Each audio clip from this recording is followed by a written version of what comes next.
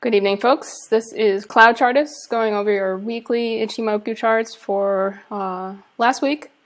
We have 15 minutes until the market opens, so I'm going to go through these pretty quickly as they're all going to change as soon as the market opens at 6. Most of these products that I'm going over open at 6. So starting off with crude on the weekly chart. We see that after a very nice uptrend with a very bullish candle last week, we put in a topping tail at approximately the same level as the close of last week's candle. We are in between the Tenkan-sen on the bottom here, this light blue line, and the Kijun-sen up top here. So the range is pretty well defined between 50.52 and 62.65 on the weekly time frame until either the Kijun-sen is broken to the upside or the Tenkan-sen is broken to the downside. It's interesting to note that if we put in a price level from the bottom of this candle approximately and the top of these two candles, that we do have an area of resistance. We see that last week's candle resisted here and the 2 weeks ago candle resisted here and last week's candle resisted here also. This is also a doji, so the potential for a change of trend to the downside is valid here. So even though we're still technically in an uptrend, we haven't made a lower low yet. There is a possibility for a trend change to the downside. All right, next up we're going to go to ES. ES has been in a uptrend. You know, I've been going over this. If I zoom up, you see this very nice uptrend with a rising cloud all the way. I'm going to zoom in back in again. And I apologize. Due to the software that I'm using to broadcast, I don't have a cursor, but I hope you can see where my crosshairs are when I go over stuff. So anyway, so last week, 2 weeks ago, on last broadcast that I did, I was looking at the red candle here. So last week's candle not only held the Tenkan-sen level, but closed higher. So we are still in an uptrend here, as the uptrend from the reversal in this big bullish green candle was not denied by last week's potential trend change candle to the downside. So technically, everything is still fully bullish on the weekly time frame for the ES. We do have the Chikou span coming up here.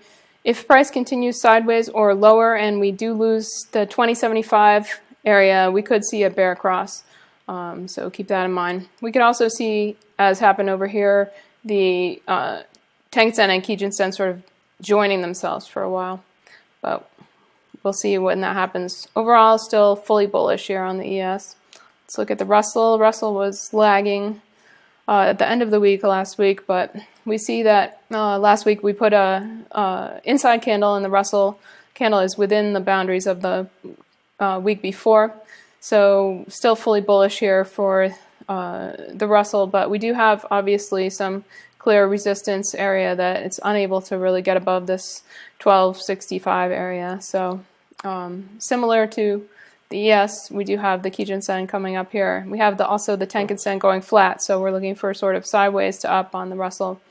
And if you've been tuning into my broadcasts in the past, you'll note that you'll remember that we do have this flat thin cloud below here that could attract price in the future, but we need to lose the support of the Tenkan-sen here and the Kijun-sen for that to happen.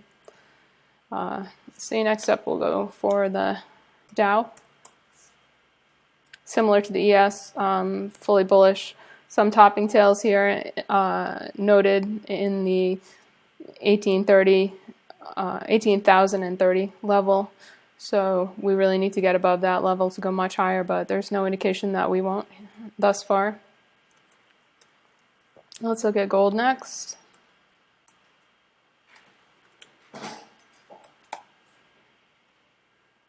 Gold was quite bearish last week. We, in fact, closed under the Tenkan-sen, which is quite bearish in Ichimoku terms because the chart was already bearish with price under the cloud. Last week's video, I showed that we had put in this trend change candle here, and then we confirmed a trend change to the downside, and indeed we're still in a downtrend on gold on the weekly. If you're looking to get long gold, you really want to see it above the Tenkan Sen here before you get long. Otherwise, we could easily retest lows and 1150 area and potentially even go lower. The Chikou, the red line over here to the left, is also under the candles, and it's going to have to go either through this big bearish candle here or under, and the likelihood is for it to go under. So I'm looking for lower prices in gold and in silver also. I'll show you silver next. Silver was unable to get over the Tenkan Sen on the weekly time frame at 1633 and was rejected heartily back down to this where it closed at 1571.5. We do have some prior support in this area, as you see tails under this 1561 level. So it's possible that we could find support and move sideways. So just look at 1633 as resistance to the upside, and on the downside, I don't know, I think we could easily retest lows, but we could also just chop sideways again, fully bearish in Ichimoku terms. Next up, let's look at corn. Corn was rejected by the cloud, the Tenkan Sen, and the Kijun Sen here, as I suspected might happen, closed on the lows. But we do have the Chikou here, over here on the left, this red line, which represents price time shifted 26 periods in the past, coming into the top of the candles, finding support at the top of this candle.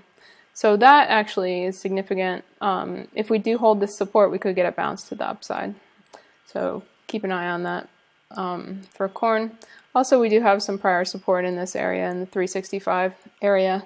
All of the grain complex was pretty bearish. Let's look at soybeans. Soybeans was a little bit more bullish last week, but this is not a particularly bullish candle. And overall, the chart is still fully bearish. Could be attracted upwards towards the flat Tenkan Sen, however, at 991.75. But we need to confirm that there's not a trend change after seeing this big topping tail on soybeans. Look at wheat quickly, because I had some questions about wheat last week. Nice downtrend on wheat. Underneath the Tenkan Sen, I would say that if wheat does get bought, it would possibly be a good short setup if it tags the Tenkan Sen again. Currently the Tenkan Sen at 511.25, but it will probably open lower this week when the candle opens. We'll see. Let's look at some bonds. We had 30-year Treasuries, very interesting. That ZB came down and tagged the Tenkan Sen. This is a nice, actually bullish breakout setup. As long as we hold this 160.27 level, we can expect potential for prices to go higher on the 30-year Treasury bonds. If we do lose the 160.27 level, we could retest this prior level at around 159, and if we lose that level, that we could retest this 155 area and then 153.16 to the downside. But overall, fully bullish on the 30-year Treasury bond. Let's look at the 10-year ZN. Put in a hammer candle last week. It's bullish in Ichimoku terms, but more neutral than ZB, as we have the two flat lines below. Flat lines in Ichimoku can attract price. We also have a bear cross here. The Kijun Sen is crossed over the Tenkan Sen. That is a bearish divergence in otherwise bullish chart. We also have a flat cloud in the future. You know, it's flat for quite some time into the end of the summer. It does ramp up a little bit here from the end of May until the middle of June, but then returns to flat. So I would say that the 10-year looks less bullish than the 30-year at this point. Let's look at Nikkei. Nikkei looks very bullish. In fact, we made a new high last week, and we're still fully above the Tenkan Sen. Both the Tenkan Sen and the Kijun Sen are pointing up. Very bullish chart here. It does look a bit extended. It's quite high over the cloud, and it's even quite high over the Tenkan Sen. So we could get a mean reversion, pull back to the Tenkan Sen area. I would buy any test of the Tenkan Sen for higher prices unless the Tenkan Sen was lost at currently at 193.60, but it could the Tenkan Sen could be in a different place when we get the reopen. Let's look at coffee. Everybody loves to look at coffee, don't they? Coffee got the Tenkan smackdown last week.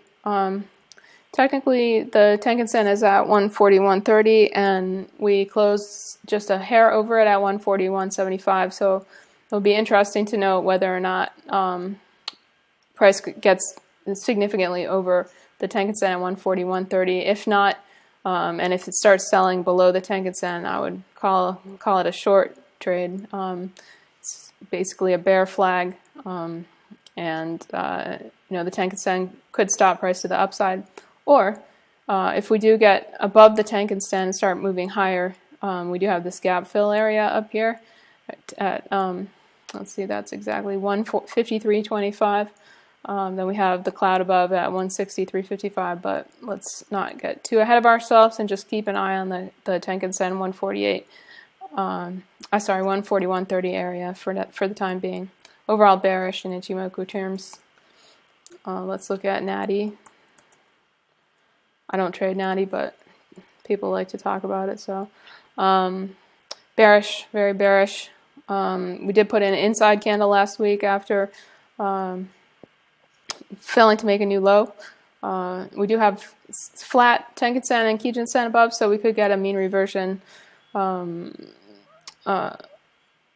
to the upside to maybe test 2757 at the Tenkan Sen, or the Tenkan Sen could tip down on open, and we could get a slightly lower test, but it could be bearish, could be a short trade if it tests the Tenkan Sen and gets rejected from there. What else? Got 3 minutes left. I don't see anyone making any requests in the chat room on Ticker TV. Let me just check Twitter briefly to see if anyone's making any requests.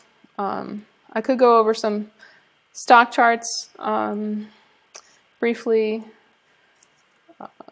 Let's look at the euro first, because I noticed something interesting about the euro. So the euro on the weekly chart is testing over. This is the new candle here, but so we've been under the Tenkan Sen all a while, but the new candle has opened up over the Tenkan Sen. That's significant. If it maintains over the Tenkan Sen, we could get a bounce to the upside. So keep an eye on the 108.50 level on the euro. If it loses that significantly, it could go lower. Let's look at the dollar while I have a chance. The DX closed underneath the Tenkan Sen, so it could be the beginning of a downtrend for the dollar here, unless it gets back over the Tenkan Sen. Pardon me. That was probably a really loud sneeze. Somebody asked me to look at Twitter. Hi there. I'm enjoying some of your coffee right now, someone. It's pretty funny. Someone asked me to look at Twitter, and their name is someone. Twitter's tough because it hasn't been trading long enough to really have a good Ichimoku chart drawn for it. As you can see, only the beginning of the cloud is being bought. I don't really have a lot to say. I don't really have a lot of information on Twitter here. Sorry. I mean, technically, if the cloud was built out more, it would be sort of neutral inside the cloud for the time being. From just a basic candlestick perspective, it's just going sideways. The last 2 weeks were inside the prior weeks. So still technically an uptrend. Let's look at Apple.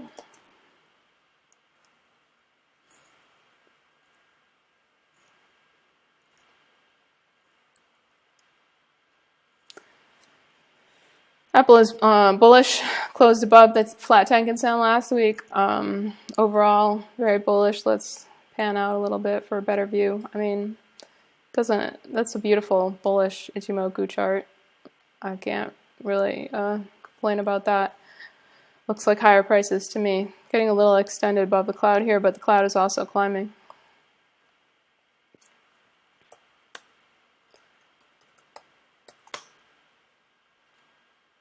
Google, after last week's earnings, nice bullish break over the cloud. But we do have a lot of topping tails in this area also.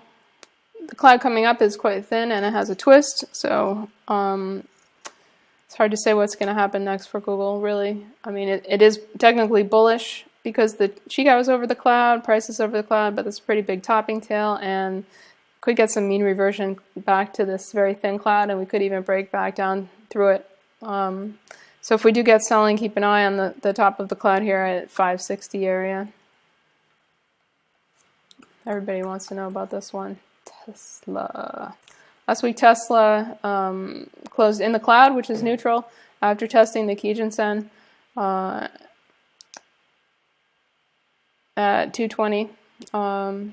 On the 30th, which is Thursday, the big battery announcement is going to come out, which will be interesting to see what happens there, whether it's a sell the news type event or if it does indeed go higher. I wouldn't be surprised to see a move significantly higher. We do have a gap fill, an open body gap fill. There's plenty of gaps in Tesla though, at 223.71, which is... I guess that gap is actually full. Pardon me, never mind. We do have a little bit of a gap fill up here. Let's see, that would be at 244.52, which is also happens to be the top of the cloud.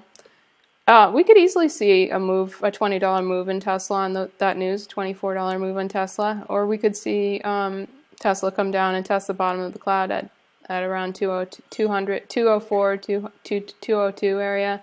Then we do have Tenkan support below that at 201.64, so we'll see what happens. The Chicago is also stuck between the cloud and the candles here, but could go as high as 233.80 and before it gets any real resistance here. I think I'm going to call it there because I don't want to make this video too long. As you know, you can always ask me for analysis on anything on Twitter at CloudChartist. And if you are interested in what I do run a chat room during the day. You can see more information about that on my website at CloudChartist.com. We trade crude live in there every day. Primarily, we also trade bonds, silver, gold, various FX products, ES. We talk about some grains, but we mostly primarily focus on CL. Great bunch of people in there. Anyway, and you can always follow me on Ticker TV and get notified about when I'm going to go streaming live via email. So if I'm going to go online, you can catch me on Ticker TV. Anyway, thanks for watching. Good luck trading this week, and